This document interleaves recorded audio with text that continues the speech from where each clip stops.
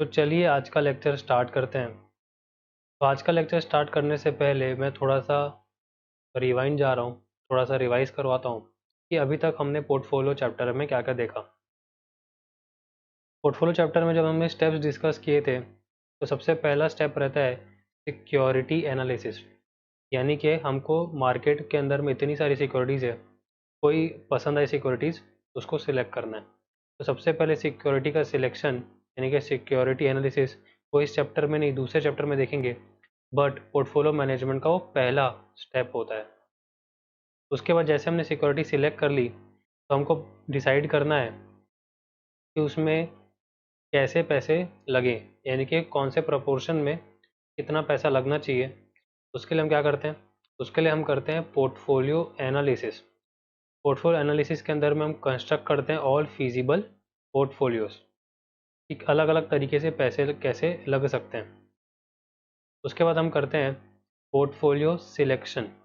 Portfolio selection में आपका आते हैं अलग अलग models, traditional approach, modern approach, जिसमें एफिशिएंट पोर्टफोलियो अलग करते हैं, उसके बाद ऑप्टिमल पोर्टफोलियो तक पहुंचते हैं।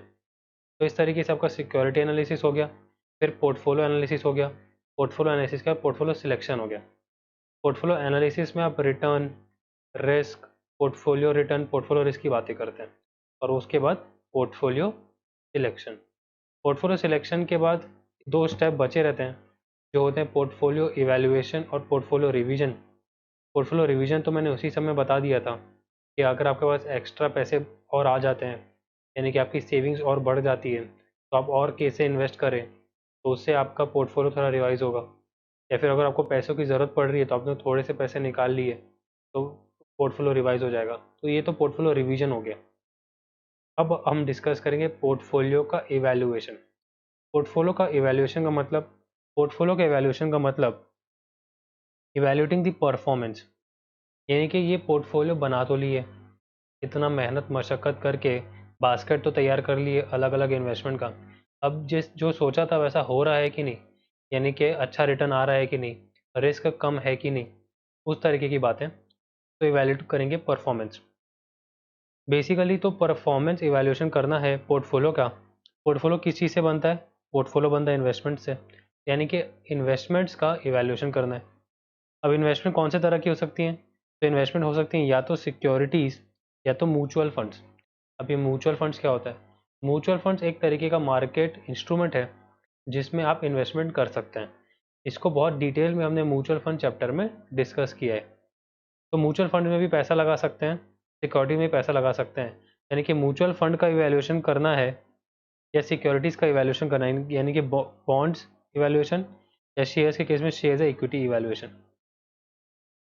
यानी कि हमें जो इवैल्यूएशन करना है वो सिर्फ पोर्टफोलियो का नहीं करना, यानी कि पोर्टफोलियो इवैल्यूएशन के अंदर में म्यूचुअल फंड्स इवैल्यूएशन भी कवर हो जाता है, शेयर्स का इवैल्यूएशन भी कवर हो जाता है, इक्विटी इवैल्यूएशन भी कवर हो जाता है, और बॉन्ड इवैल्यूएशन भी ऑटोमेटिकली कवर हो जाता है। क्योंकि पोर्टफोलियो अपने आप में कुछ नहीं होता, पोर्टफोलियो सिर्फ एक बास्केट होता है अलग अलग इन्वेस्टमेंट्स का। तो जब हम पोर्टफोलियो इवैल्यूएशन की बात करते हैं, देखिए पोर्टफोलियो इवैल्यूएशन, तब हम बात कर रहे होते हैं बॉन्ड के इवैल्यूएशन की, शेयर्स के इवैल्यूएशन या इक्विटी इवैल्यूएशन की, म्यूचुअल फंड्स के इवैल्यूएशन की, या पोर्टफोलियो इवैल्यूएशन की। ठीक है, अब इसको इवैल्यूएशन करने के अलग अलग टूल्स दिए हुए हैं जिससे आप इवैल्यूएट कर सकते हैं कि पोर्टफोलियो काम कैसे कर रहा है। ये टूल्स के नाम है शार्प रेशियो, ट्रेनर रेशियो और जेनसन अल्फा। ये अलग अलग टूल्स हैं जो हमें हेल्प करते हैं किसी भी सिक्योरिटी यानी कि बॉन्ड या शेयर या म्यूचुअल फंड्स या पोर्टफोलियो, इन सब के इवैल्यूएशन में। तो अभी आने वाला वीडियो देखिएगा, उसमें बहुत अच्छे तरीके से समझाया गया है शार्प रेशियो क्या होता है, कैसे काम करता है, ट्रेनर रेशियो क्या होता है, कैसे काम करता है, और जेनसन अल्फा क्या होता है और वो कैसे काम करता है। चलिए आगे बढ़ते हैं। अब किसी भी म्यूचुअल फंड को इवैल्यूएट करने के लिए कि ये म्यूचुअल फंड अच्छा है कि नहीं, यानी कि म्यूचुअल फंड ए अच्छा है कि नहीं बी से, या बी अच्छा है कि नहीं ए से, कुछ कुछ रेशियोज निकाले जाते हैं और उसके कुछ क्राइटेरिया दिया हुआ है। Criteria for evaluating the performance of mutual fund is determined by the ratios. Ratios have no unit like percentage etcetera, please avoid any unit. तो मैं आपसे ये कहना चाहता हूँ कि बहुत बेसिक चीज़ थी कि रेशियो का कोई यूनिट नहीं होता, परसेंटेज अपॉन परसेंटेज या कुछ भी जब डिवाइड कर रहे हो तो यूनिट्स कट जाते हैं और सिर्फ वो एक न्यूमेरिक बचता है। तो ratios have no unit, please avoid any units. अब रेशियो से स्टार्ट करते हैं। सबसे पहले रेशियो आपके सामने आ रहा है शार्प रेशियो।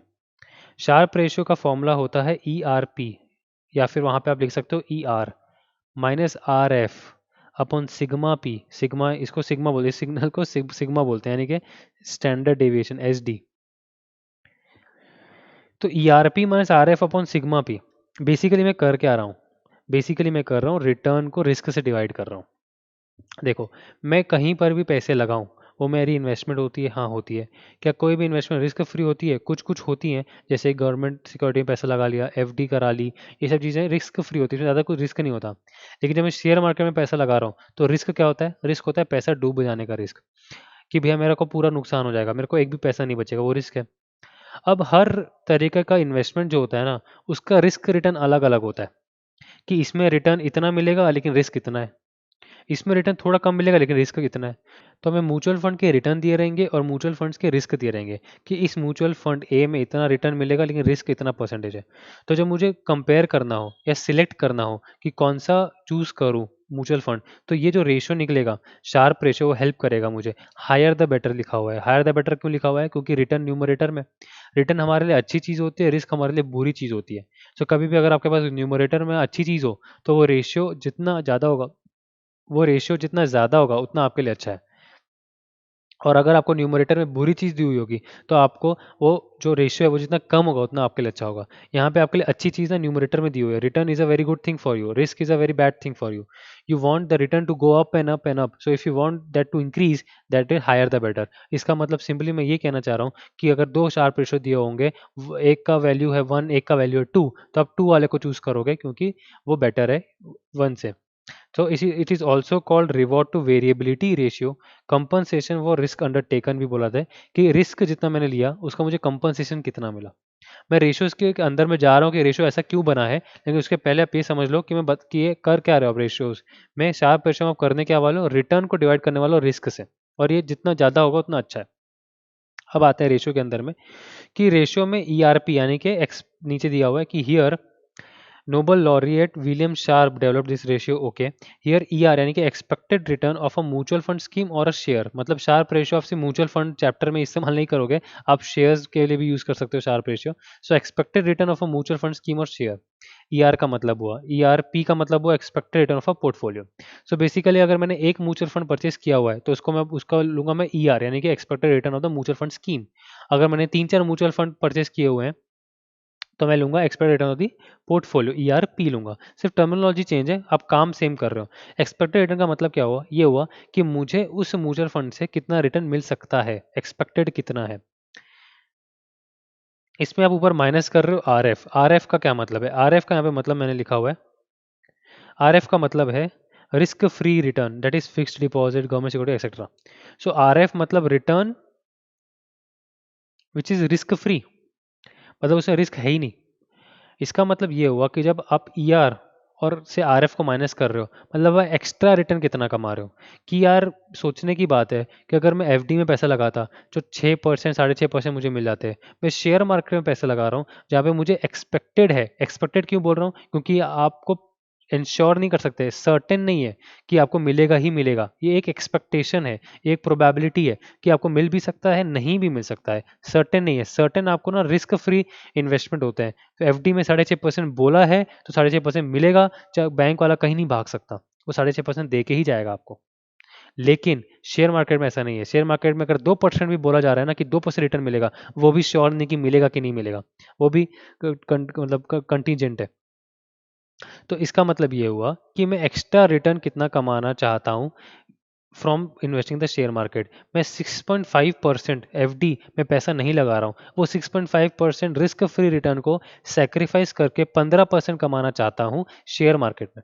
मतलब मेरे को एक्स्ट्रा रिटर्न कितना मिलेगा? 15 माइनस 6.5, मतलब एक्स्ट्रा रिटर्न तो मैं इतना कमा जाता हूँ। ये जो एक्स्ट्रा रिटर्न कमाना चाहता हूँ ना, सिर्फ इसी के लिए ही रिस्क ले रहा हूँ मैं। ये जो एक्स्ट्रा रिटर्न कमा रहा हूँ इसी के लिए ही सिर्फ रिस्क लेना चाहता हूँ। FD में पैसा लगाता तो कोई रिस्क ही नहीं होता।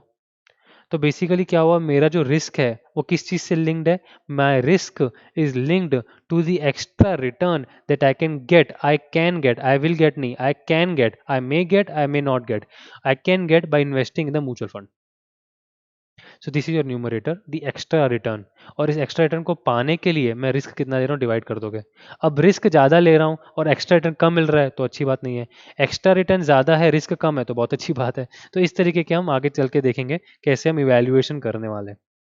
तो आपको समझ में आ गया कि शार्प रेशियो में क्या कर रहे हो, extra return divided by risk कर रहे हो। सो सिग्मा पी यानी कि स्टैंडर्ड डेविएशन, या फिर बोलना चाहिए रिस्क, या फिर बोलना चाहिए वॉलेटिलिटी, ये तीन टर्मिनोलॉजी यूज कर सकते हैं ऑफ द पोर्टफोलियो। पी लिखा है तो पोर्टफोलियो, एस लिखा है तो स्टॉक, या फिर सिंगल म्यूचुअल फंड बोल सकते हो, यानी कि स्टैंडर्ड डेविएशन। तो जैसे मैंने आपको ईआर बता दिया, ईआरपी बता दिया, सिग्मा एस, सिग्मा मतलब स्टैंडर्ड डेविएशन, या फिर रिस्क या volatility of a mutual fund scheme और अ शेयर। तो ये आपका होता है सिग्मा एस। सिग्मा पी अगर वही पोर्टफोलियो हो जाएगी तो पूरे पोर्टफोलियो का रिस्क कितना है, पूरे पोर्टफोलियो की वॉलेटिलिटी कितनी है। और आरएफ मैंने आपको बता दिया। चलिए एक एग्जांपल देखते हैं। एग्जांपल में लिखा हुआ है फंड ए और फंड बी। फंड ए में रिटर्न मुझे मिल रहा है 30%, फंड बी में मुझे रिटर्न मिल रहा है 25%। अभी आप यहीं तक पढ़ो कि फंड ए में रिटर्न मिल सकता है 30% और फंड बी में मिल रहा है 25%। तो देखते साथ तो मुझे ये लग रहा है कि फंड ए में पैसा लगाना चाहिए क्योंकि रिटर्न ज़्यादा मिल रहा है। बट मैंने अब तक रिस्क की बात ही नहीं की। रिस्क की बात क्या नहीं की, रिस्क मेरा है यहाँ पे 11% और यहाँ पे है सिर्फ 5%। तो सिर्फ 5% रिस्क लेकर मैं 25% रिटर्न कमा सकता हूँ, लेकिन 11% रिटर्न लेके 30% कमा सकता हूँ। आरएफ मेरा है 8%, मतलब जब मैं रिस्क फ्री सिक्योरिटी एफडी या गवर्नमेंट सिक्योरिटी में पैसा लगाऊँ तो रिस्क फ्री 8% मुझे मिलेगा ही मिलेगा। अब इसका शार्प रेशियो निकालते हैं। Sharpe ratio is 30 minus 8/11 for fund A and 25 minus 8/5 for fund B. तो इसमें पहला शार्प रेशियो आया 2 और दूसरा आया 3.4। तो देखो ना शार्प रेशियो किसका बेहतर है, फंड बी का है। लेकिन जब प्राइमा फेसी देख के क्या लग रहा था कि फंड ए में पैसा लगाओ कि उसका रिटर्न ज़्यादा अच्छा है। सो कभी भी आप जब पैसे लगा रहे हो आपको उसका रिस्क भी देखना चाहिए और रिटर्न भी देखना चाहिए, दोनों चीज़ देखना चाहिए। भले ही यहाँ पे रिटर्न ज़्यादा मिल रहा है लेकिन रिस्क कम रिलेटिवली ज़्यादा है, तो आप ये वाले को प्रीफर करोगे फंड बी को, 3.4 जिसका शार्प रेशियो है। एक दूसरा रेशियो अब आपके सामने आने वाला है, ट्रेनर रेशियो। ट्रेनर रेशियो में क्या हो रहा है देखिए, आप करोगे E R P minus R F. तो E R P minus R F यानी कि एक्स्ट्रा रिटर्न, न्यूमरेटर में शार्प रेशियो में भी यही था, यहाँ पर भी यही है।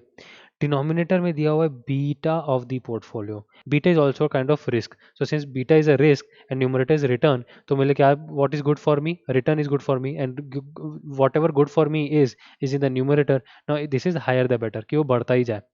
It is also called reward to volatility ratio. Sharpe ratio में था रिवॉर्ड टू वेरिएबिलिटी रेशियो और ट्रेनर में होता है रिवॉर्ड टू वॉलेटिलिटी रेशियो। बहुत बार एग्जाम में क्या होता है डायरेक्टली नहीं पूछता कि शार्प रेशियो निकालो, बोलेगा रिवॉर्ड टू वेरिएबिलिटी रेशियो निकालो, या बोलेगा compensation for the risk undertaken निकाल के दो। अब आपको पढ़ के समझ ही नहीं आएगा कि शार्प रेशियो पूछ रहा है। तो ये सब भी याद रखना बहुत ज़रूरी है कि ट्रेनर रेशियो को बोला जाता है रिवॉर्ड टू वॉलेटिलिटी रेशियो और शार्प रेशियो को बोला जाता है या तो कंपनसेशन फॉर रिस्क अंडरटेकन या तो बोला जाएगा रिवॉर्ड टू वेरिएबिलिटी रेशियो। अब ट्रेनर रेशियो जो है वो अजम्पशन क्या लेता है, ट्रेनर रेशियो अजम्पशन ये लेता है कि the portfolio is diversified, that is an investor invest the funds in more than one funds, more than one mutual funds. Invest the funds मतलब money, so an investor invests the money in more than one mutual fund. Through this diversification the unsystematic risk is nullified and systematic risk remains only. इसका क्या मतलब है, इसका मतलब ये है कि अगर मेरे पास 2 लाख रुपए हैं, अब 2 लाख रुपए को मैं या तो मैं पूरा का पूरा रिलायंस का शेयर खरीद लूँ पूरा का पूरा। अब होगा क्या, उससे ये होगा कि अगर रिलायंस का शेयर बढ़ा तो मेरी वो वैल्यू बढ़ेगी, लेकिन अगर रिलायंस का शेयर गिरा तो मेरा पूरा पैसे डूबते जाएंगे। लेकिन मान के चलो रिलायंस का शेयर गिरा लेकिन अशोक लेलैंड का शेयर का प्राइस बढ़ गया, तो मैं तो ये सोच रहा हूँ ना घर में बैठ के काश मैंने थोड़े से पैसे अशोक लेलैंड में भी लगा दिए होते। तो अगर रिलायंस का शेयर गिरा भी सही तो अशोक लेलैंड का बढ़ा तो सही, कुछ तो आया घर में। तो इसलिए जो इन्वेस्टर होते हैं ना, जो मतलब स्मार्ट इन्वेस्टर्स होते हैं, तो वो क्या करते हैं, वो अपना जो पैसा है वो एक जगह पार्क नहीं करते हैं, वो अलग अलग जगह लगा लेते हैं। जिससे क्या होता है कि क्या पता ऑटोमोबाइल सेक्टर में बूम आ गया तो मेरा पोर्टफोलियो बढ़ गया, लेकिन पेट्रोल सेक्टर में थोड़ा सा डिक्लाइन आ गया तो थोड़ा पैसा कम होता है, मेरे को कुछ एवरेज रिटर्न तो मिलेगा ही मिलेगा। या फिर ये सेक्टर बढ़ गया पेट्रोल का, ऑटोमोबाइल सेक्टर का धीमा हो गया, तो इससे क्या होगा, मेरा पोर्टफोलियो में जो रिस्क है, टोटल रिस्क है मेरे पोर्टफोलियो का, मैं सिंगल रिस्क की बात नहीं कर रहा हूँ। सिंगल रिस्क मतलब रिलायंस कंपनी की शेयर की रिस्क की बात नहीं कर रहा हूँ, अशोक लेलैंड की सिर्फ कंपनी की शेयर की बात नहीं कर रहा हूँ, यानी कि मैं अनसिस्टमेटिक रिस्क की बात ही नहीं कर रहा हूँ। मैं बात कर रहा हूँ सिस्टमेटिक रिस्क की, कि मेरे पूरे पोर्टफोलियो का जो रिस्क है वो नलीफाई हो जाएगा। मेरे पूरे पोर्टफोलियो का जो अनसिस्टमेटिक रिस्क है वो नलीफाई क्यों हो जाएगा, क्योंकि ये बढ़ा और ये घटा तो मैच हो गया, थोड़ा एवरेज रिटर्न घर में आ गया। लेकिन सिस्टमेटिक रिस्क नहीं कैंसिल हुआ, क्यों कैंसिल नहीं हुआ मेरे डाइवर्सिफिकेशन से, क्योंकि वो तो सबको अफेक्ट कर रहा है, वो तो हर किसी को अफेक्ट करेगा ही करेगा। इसलिए टेनर रेशियो का अजम्पशन ये है कि हम लोग जो रिस्क लेंगे ना, रेशियो निकालने के लिए जो हमने डिनोमिनेटर में रिस्क लेंगे, ये वाला देखो रिटर्न अपॉन रिस्क लिखा हुआ है ना, ये हम सिर्फ अनसिस्टमैटिक नहीं लेंगे, हम सिर्फ सिस्टमैटिक लेंगे। क्यों? क्योंकि सिस्टमैटिक इसलिए लेंगे क्योंकि मैं अपना पोर्टफोलियो डाइवर्सिफाई करके रखूंगा, डाइवर्सिफाई करके रखूंगा तो अनसिस्टमैटिक रिस्क कट जाएगा, और अनसिस्टमैटिक रिस्क कट जाएगा तो सिर्फ सिस्टमैटिक ही बचेगा। सिस्टमैटिक से बचेगा तो उसको क्या बोलते हैं, उसको बीटा बोलते हैं। तो सीधी बात, मेरे को डिनोमिनेटर में बीटा से डिवाइड करना है। शार्प रेशियो में जो मैं एस डी ले रहा था ना, स्टैंडर्ड डेविएशन, वो टोटल रिस्क था, यानी कि उसमें अनसिस्टमैटिक भी था, सिस्टमैटिक भी था, दोनों थे। जो सिग्मा लिखा था मैंने शार्प रेशियो में, एच डी स्टैंडर्ड डेविएशन जो था, वो होता है टोटल रिस्क, जिसमें अनसिस्टमैटिक रिस्क भी है, सिस्टमैटिक रिस्क भी है। तो वहाँ पे आपने डिनोमिनेटर में जो रिस्क लिखा वो टोटल रिस्क था। पर ट्रेनर रेशियो कहता है कि अजम्पशन लेता है, ये अजम्पशन है कि जो भी इन्वेस्टर होगा ना, वो डाइवर्सिफाई करके रखेगा, हर किसी को इतना दिमाग तो है ही, तो वो डाइवर्सिफाई करके रखेगा, और डाइवर्सिफाई करके रखेगा तो उसका अनसिस्टमैटिक रिस्क लेने का कोई फायदा नहीं है किसी भी कंपनी का। सिस्टमैटिक रिस्क लो डिनोमिनेटर में, इसलिए बीटा से डिवाइड करो। तो E R minus R F हम बीटा भी करेंगे, extra return upon risk systematic risk लेंगे टेनर रेशियो में। सो बेसिकली हमारा जो डिस्कशन था शार्प रेशियो का और ट्रेनर रेशियो का, उसमें बेसिकली जो चंक है वो ये है फाइनल, कि शार्प रेशियो यानी कि E R minus R F upon sigma, यानी कि total risk, this is your total risk, T R बोलना चाहिए इसको, टोटल रिस्क। और Treynor ratio is E R minus R F upon beta, यानी कि systematic risk. It takes into account total risk, यानी कि systematic and unsystematic, this takes into account only systematic यानी कि only beta. It is more helpful in evaluating sector specific portfolio. It is more helpful in evaluating diversified portfolio. तो किसी sector में पूरा आपने पैसे लगा दिया, देखो अब आपने बोला मैं मारुति में लगाऊंगा और हुंडई में लगाऊंगा और टोयोटा में लगाऊंगा और वोल्क्सवैगन में लगाऊंगा, मतलब आपने एक सेक्टर पकड़ लिया ऑटोमोबाइल, सारे पैसे उसी में लगा रहे हो। सो तो अनसिस्टमेटिक रिस्क तो होगा ही होगा, वो तो कट ही नहीं रहा, क्योंकि आपने किसी और सेक्टर में पैसे लगाए नहीं लगाए। सो वो अनसिस्टमेटिक रिस्क कटेगा नहीं तो आपको शार्प रेशियो हेल्प करेगा। तो सेक्टर स्पेसिफिक अगर आप पोर्टफोलियो बना रहे हो तो आपको शार्प रेशियो निकालना चाहिए, डाइवर्सिफाइड पोर्टफोलियो निकाल रहे हो तो आपको ट्रेनर रेशियो निकालना चाहिए। It is reward to variability, reward to volatility, इसलिए लिखा क्योंकि एग्जाम में टर्मिनोलॉजी यूज हो सकती है, तो आपको पता हो कि कौन सा क्या है। तो this was Sharpe ratio, trainer ratio. अब एक अलग डिस्कशन आ रहा है, जेनसेंस अल्फा। अब जेनसेन अल्फा क्या होता है? जेनसेन अल्फा होता है ई R minus R E.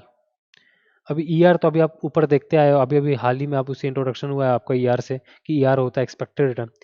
But ये जो एक्सपेक्टेड रिटर्न है, this is calculated using probabilities. So expected return मतलब आपको पोर्टफोलियो मैनेजमेंट के चैप्टर में काम आएगा ये एक्सपेक्टेड रिटर्न। अलग अलग प्रोबेबिलिटी दी रहेगी, भाई इतना कमा सकते हो, 10% कमा सकते हो, 15% कमा सकते हो, 20% कमा सकते हो, 24% कमा सकते हो, मतलब कितना एक्सपेक्टेड कितना कमा सकते हो वो आप निकालोगे expected return. This is nothing but E R. इसको एवरेज रिटर्न भी बोलते हैं, इसको एक्चुअल रिटर्न भी बोलते हैं, कि एक्चुअल रिटर्न भी बोलते हैं। तीनों टर्मिनोलॉजी यूज कर सकते हैं, expected return, average return, actual return. This is nothing but E R. ये सब चीज़ें क्यों लिखा हूँ एक ही जगह पे, क्योंकि ना आपको ना क्वेश्चन सॉल्व करने में ना काफ़ी हेल्प होगी। हमारे साथ इंस्टीट्यूट के साथ क्या है ना, एक चीज़ बहुत वो ट्रिक्स अपनाती हैं, वो क्या करती है, बहुत सारी सेम सेम चीज़ों को या फिर बहुत सारी एकदम बेसिक चीज़ों का ना अलग ही टर्मिनोलॉजी दे देती हैं। तो हमको ना एग्जाम हॉल में समझ में नहीं आता कि ये एक्चुअली दिया क्या हुआ है। उससे क्या फ़र्क पड़ता है, उससे ये फ़र्क पड़ता है कि फॉर्मूले में वैल्यू का इस्तेमाल कहाँ करूँ, कि यार मेरे को ये ई आर दिया हुआ है, मेरे को आर ई दिया हुआ है, जैसे यहाँ पे आर ई लिखा हुआ है, मुझे ई आर पी दिया हुआ है, या ये आर एफ है क्या है। तो टर्मिनोलॉजी के साथ अपने आप को एकदम यूज टू करा लेना बहुत हेल्पफुल है आज की डेट से, कि यार ई आर को क्या क्या बोलते हैं। ई आर के ये तीन नाम है, एनुअल रिटर्न, एवरेज रिटर्न या एक्चुअल रिटर्न या एक्सपेक्टेड रिटर्न, ये कहीं पर वर्ड दिख जाएंगे ना मेरे को, तो मैं उसको ईआर ले लूँगा। और अगर मैं उसको ईआर समझ लिया तो मेरे सामने सारे फॉर्मूले के दरवाजे खुल जाएंगे कि यार यार ये जो फॉर्मूलाज है ना, यहाँ पे ईआर का वैल्यू 2.5 यहाँ पे लेना है, तो शार्प रेशो में मैं ले लूँगा। टेनर रेशो बोलेगा तो 2.5 ईआर की जगह पे ले लूँगा। तो इस तरीके से ना आप एसएफएम पढ़ते समय एक चीज़ का बहुत ध्यान रखो कि जो टर्मिनोलॉजी क्वेश्चंस में दी रहती है, अलग दी रहती है ना, आप उसको तो पहले समझने की कोशिश करो कि वो एक्चुअली में है क्या। और अगर आपसे हो, मैं तो पूरी कोशिश करता हूँ कि आपको एक ही जगह पे सारे टर्मिनोलॉजी लिख लूँ, और आप भी कोशिश करो कि जहाँ जहाँ पे आप क्वेश्चन सॉल्व कर रहे हो वहाँ पे आप देखते जाओ कि ये जो टर्मिनोलॉजी यूज हुई है, for example compensation for risk undertaken, वो शार्प रेशियो है। Reward to variability Sharpe ratio है। तो इस तरीके से आप अपने आप को यूज टू करो टर्मिनोलॉजी से, एग्जाम हॉल में ना एकदम बेसिक फिर आप आराम से सॉल्व कर पाओगे क्वेश्चंस को। सो 3 तरह के नाम दिए हुए हैं, एक्सपेक्टेड रिटर्न, एवरेज और एक्सपेक्टेड रिटर्न। हाँ, आरई होता है required return, calculated using CAPM, capital asset pricing model. ये भी तरह का मॉडल होता है जिसमें से आर ई निकलता है, R is R F plus R M minus R F into beta. तो आर ई का मतलब है रिक्वायर्ड रिटर्न, कैलकुलेशन सीपीएम से होगी, उसमें मैं आता हूँ, बट पहले रिक्वायर्ड रिटर्न और एक्चुअल रिटर्न का डिस्कशन कर लेता हूँ। आर ई मतलब रिक्वायर्ड रिटर्न, कि एक इन्वेस्टर को कितना रिटर्न चाहिए। एक इन्वेस्टर को 20% रिटर्न चाहिए, एक इन्वेस्टर को 25% रिटर्न चाहिए। ई आर मतलब एक्सपेक्टेड है कि एक्चुअल रिटर्न, कि उसको मिलेगा कितना। मतलब मैं बेसिकली बात करूँ तो जेंस अल्फा में मैं कर रहा हूँ, मैं ये बोल रहा हूँ कि ई आर यानी कि 30% मान के चलो, और आर ई 25%। तो सीधी बात, 30 माइनस 25 विच इज़ 5%। मतलब क्या, मतलब ये कि इन्वेस्टर को चाहिए तो था 25%, बट मुझे वो म्यूचुअल फंड यानी, और या फिर वो शेयर या फिर वो म्यूचुअल फंड जो है स्कीम, वो मुझे 30% कमा के दे रही है, 5% एक्स्ट्रा कमा के दे रही है। मतलब उसका जेंसन अल्फा पॉजिटिव है, +5 आ गया ना। उल्टा कर लेते हैं, ई आर जो है वो 25 है, आर ई आपका 30 है, 25 माइनस 30 -5 आ गया। मतलब मुझको चाहिए था 30% आर ई, मुझे चाहिए था 30%, बट वो म्यूचुअल फंड दे ही सिर्फ 25% रहा है, 5% तो मेरे को मिल ही नहीं रहा है, लॉस हो रहा है, माइनस हो रहा है, तो अच्छी बात नहीं है। तो जेंसन अल्फा अगर पॉजिटिव है तो अच्छी बात है, नेगेटिव है जेंसन अल्फा की जो वैल्यू नेगेटिव आई तो अच्छी बात नहीं है, बुरी बात है। सो बेसिकली हम जेंसन अल्फा में करके आ रहे हैं, हम ये निकालने की कोशिश कर रहे हैं कि मुझको चाहिए कितना था और मिल कितना रहा है। अगर मिल मुझे ज़्यादा रहा है तो कितना ज़्यादा मिल रहा है, 5% ज़्यादा मिल रहा है, 10% ज़्यादा मिल रहा है, वो मेरे को जेंसन अल्फा हेल्प करता है। मान के चलो मेरे सामने 3-4 फंड्स हैं, और 3-4 फंड में मुझे पॉजिटिव जेंसन अल्फा आ गया कि यार मेरे को चाहिए था इस फंड से 10%, मिल रहा है 15%, मतलब 5% ज़्यादा। दूसरा फंड है, मुझे लग रहा है इसमें 12% मिलना चाहिए, 20% मिल रहा है उसमें, 8% ज़्यादा मिल गया। अब दोनों फंड में मेरे को एक ही चूज़ करना है, तो मैं तो यही सोचूंगा ना यार कि 5% यहाँ पे एक्स्ट्रा मिल रहा है, यहाँ पे 8% एक्स्ट्रा मिल रहा है, तो जहाँ पे ज़्यादा एक्स्ट्रा मिल रहा है वो मैं चूज़ कर लूँ। मतलब अच्छे में से और अच्छा निकालो, मेरा बोलने का मतलब ये है कि जिस फंड का पॉजिटिव जेंसन अल्फा आया वो फंड तो अच्छा है, ये तो मान के चलो, क्योंकि जितना आपको चाहिए उससे ज़्यादा दे रहा है वो।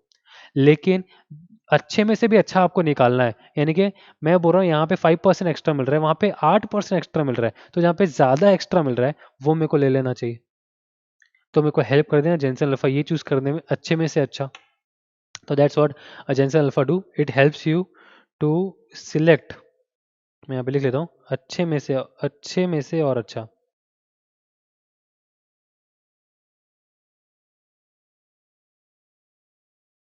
तो मुझे हेल्प करता है बेस्ट आउट ऑफ बेस्ट।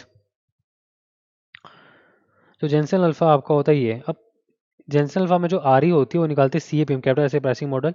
ये भी बहुत जगह काम आता है। इसमें होता है R F plus R M minus R F into beta.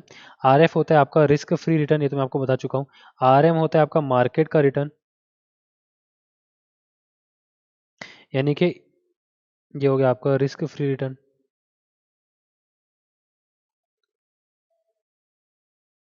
और बीटा तो आपका रिस्क हो गया। So market return minus R F, यानी कि एक्स्ट्रा रिटर्न कितना मिल रहा है, इंटू बीटा, उसको रिस्क से मल्टीप्लाई कर दिए तो इतना।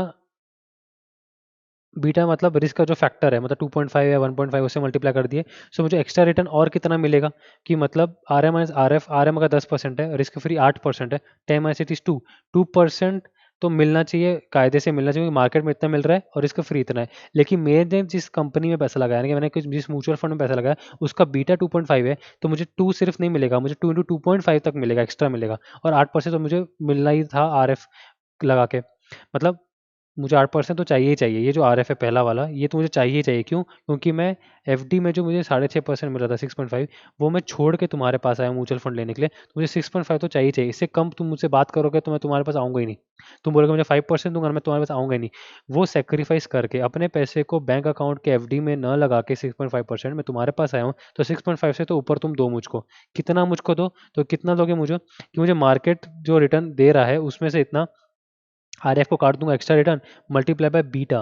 मल्टीप्लाई बीटा का मतलब ये होगा कि मल्टीप्लाई बाय कितना ज़्यादा मुझे रिटर्न मिलेगा, एक्स्ट्रा रिटर्न और कितना चाहिए, क्योंकि आपका म्यूचुअल फंड अलग है, आपका बीटा अलग होगा। सो अगर आपका बीटा 1.25 है तो उस हिसाब से मुझे आप एक्स्ट्रा रिटर्न दो। किसी और म्यूचुअल फंड यूनिट के कंपनी के पास गया, उसका बीटा 3 है, तो उसके हिसाब से मुझे वो रिटर्न देगा एक्स्ट्रा, क्योंकि वो उतना ऊपर तक जा सकता है। क्योंकि अगर मार्केट से 1% बढ़ेगा ना, सो वो म्यूचुअल फंड 3% बढ़ जाएगा, जबकि ये जो म्यूचुअल फंड है से 1.25 तक बढ़ेगा। मतलब यहाँ पे मेरे चांसेस ऑफ ग्रोइंग कम है, वहाँ पे चांसेस ऑफ ग्रोइंग ज़्यादा है। तो वहाँ पे मेरे को ज़्यादा रिटर्न चाहिए, मतलब वहाँ उस फंड को लेने के लिए मेरा रिक्वायर्ड रिटर्न ज़्यादा होगा कि यार वहाँ पे मुझे ज़्यादा रिटर्न दो, और यहाँ पे मेरा रिक्वायर्ड रिटर्न कम होगा, मतलब यहाँ पे मेरी RE कम होगी। तो ये जो मेरा RE है यहाँ से मेरे से आ जाएगा, ER से कंपेयर कर लूंगा, RF plus RM minus RF into beta, CAPM model. अब जेंसन अल्फा पॉजिटिव है, यानी कि ER is more then RE, so under price fund है, तो आप इसको बाय कर लो कि अगर मुझे ज़्यादा मिल रहा है और मुझे रिक्वायर्ड कम था, 25% चाहिए था मुझे सिर्फ, पर मुझे 30% निकाल के दे रहे हो, तो मुझे बाय कर लूंगा। जीरो है तो मैं होल्ड करके चलूंगा, और नेगेटिव है तो मैं सेल कर दूंगा।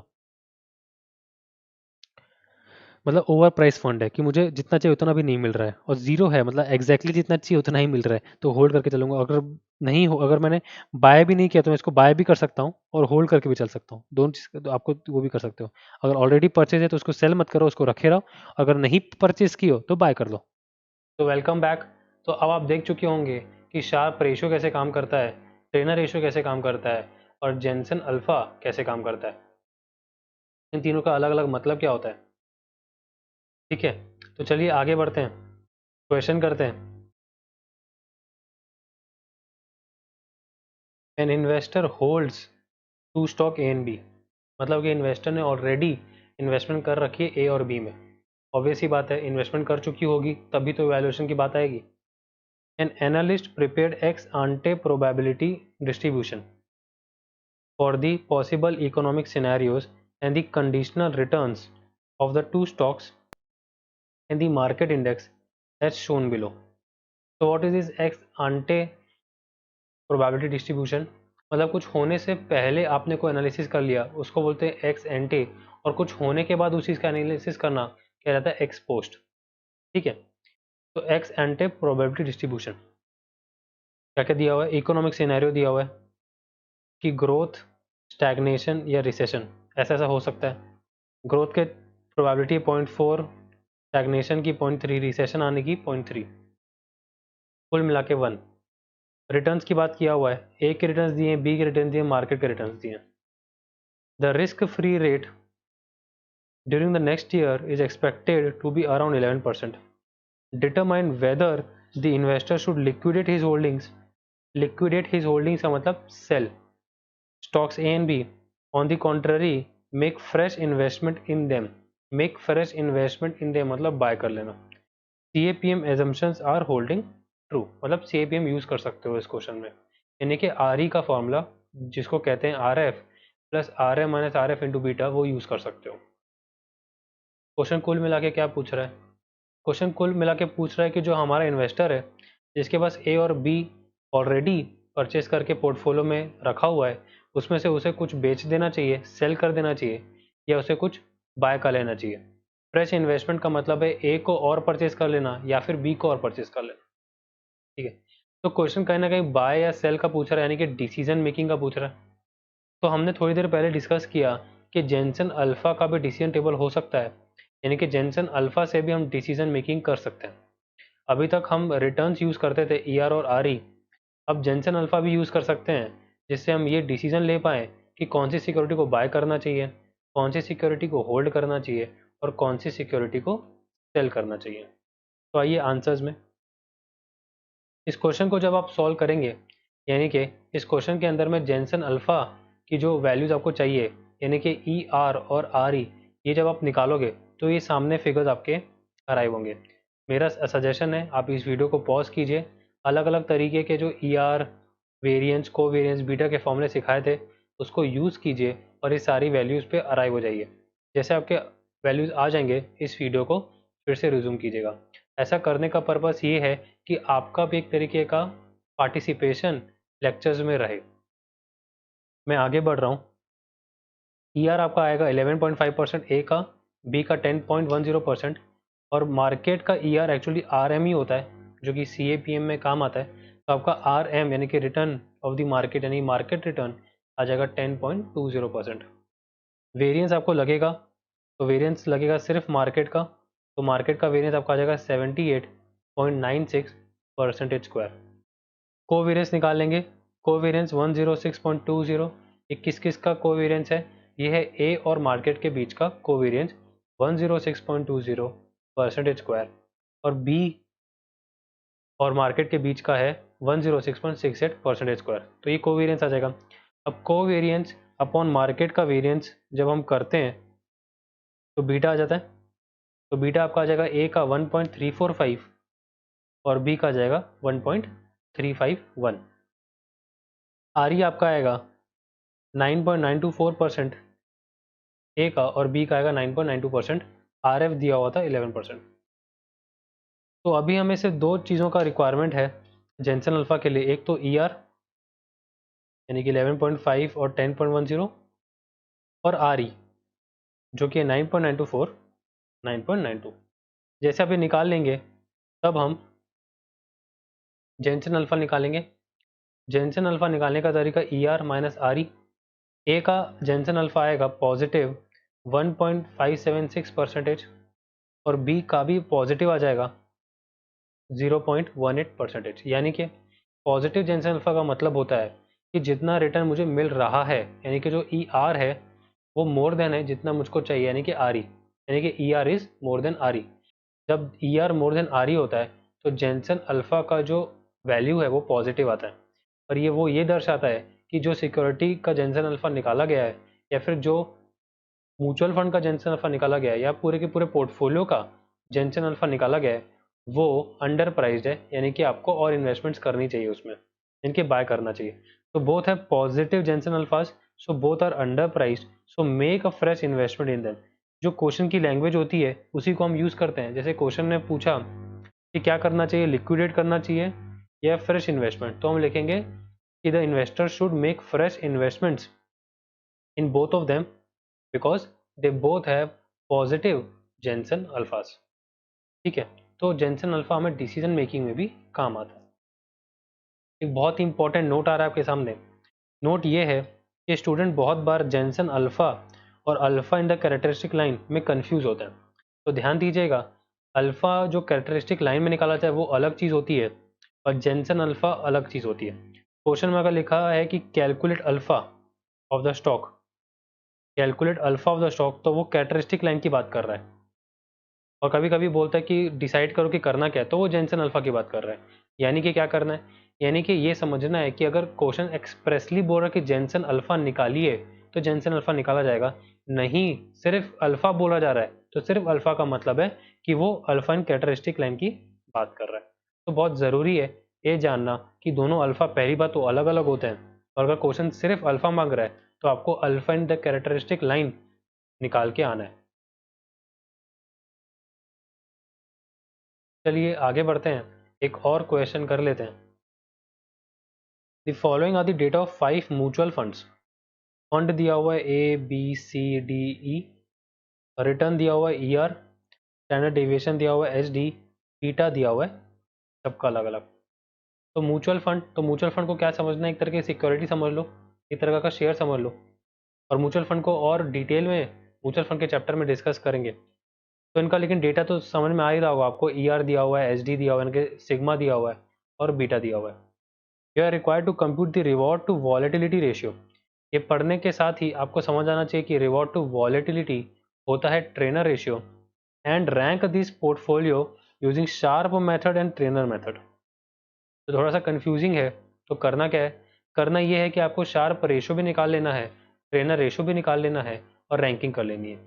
Assuming the R F is 6%।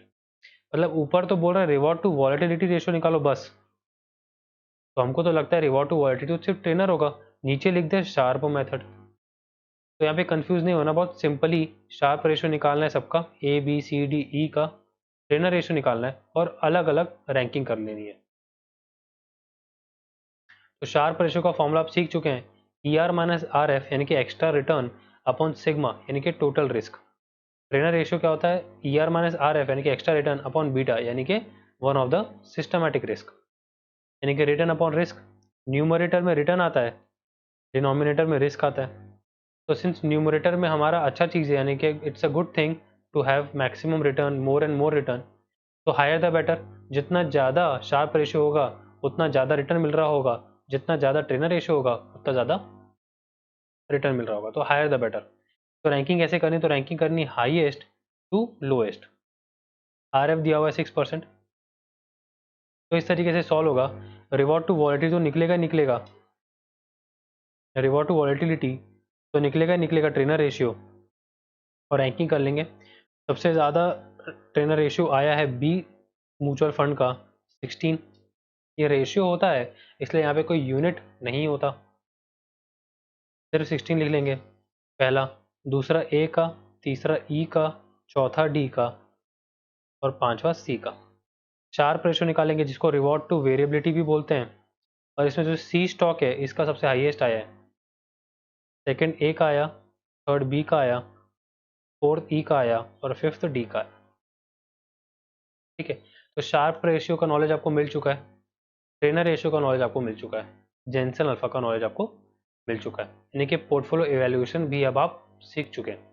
तो इसी के साथ हमारा पोर्टफोलियो मैनेजमेंट का चैप्टर खत्म होता है।